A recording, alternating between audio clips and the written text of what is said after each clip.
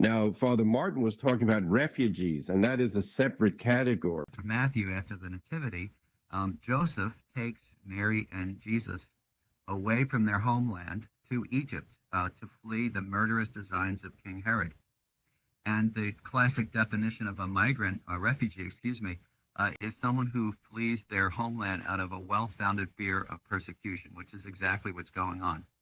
But many Catholics today believe that we are in violation of church law and theology and philosophy when we deport these illegal immigrants. So I thought, let's invite a canon lawyer on and get to the bottom of it.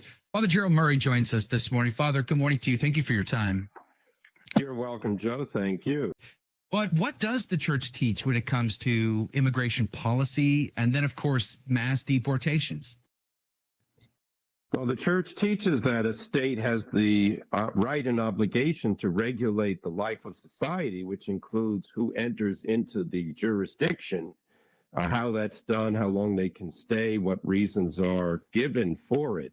So it is in the Catechism of the Catholic Church that regulating the borders is part of the governance power that a state legitimately exercises. So is it, of course, as regards immigration, as in any other category subject to laws of a state, the state determines what categories of persons will enter into it. And in a democratic society, the citizens have the right to advocate greater or lesser immigration, no immigration, whatever it might be. Father Martin was talking about refugees, and that is a separate category.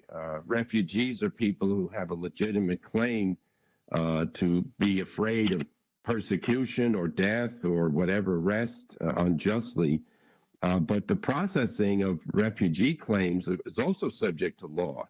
So the fact that you show up at a border claim to be a refugee doesn't entitle you to entrance into that country. So there are a lot of issues here.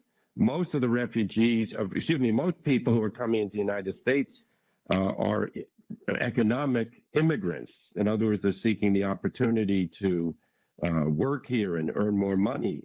Others are criminals seeking to engage in nefarious and illegal activities. So it's not as simple as saying if someone's in distress, they have a right to enter into your country to stay here.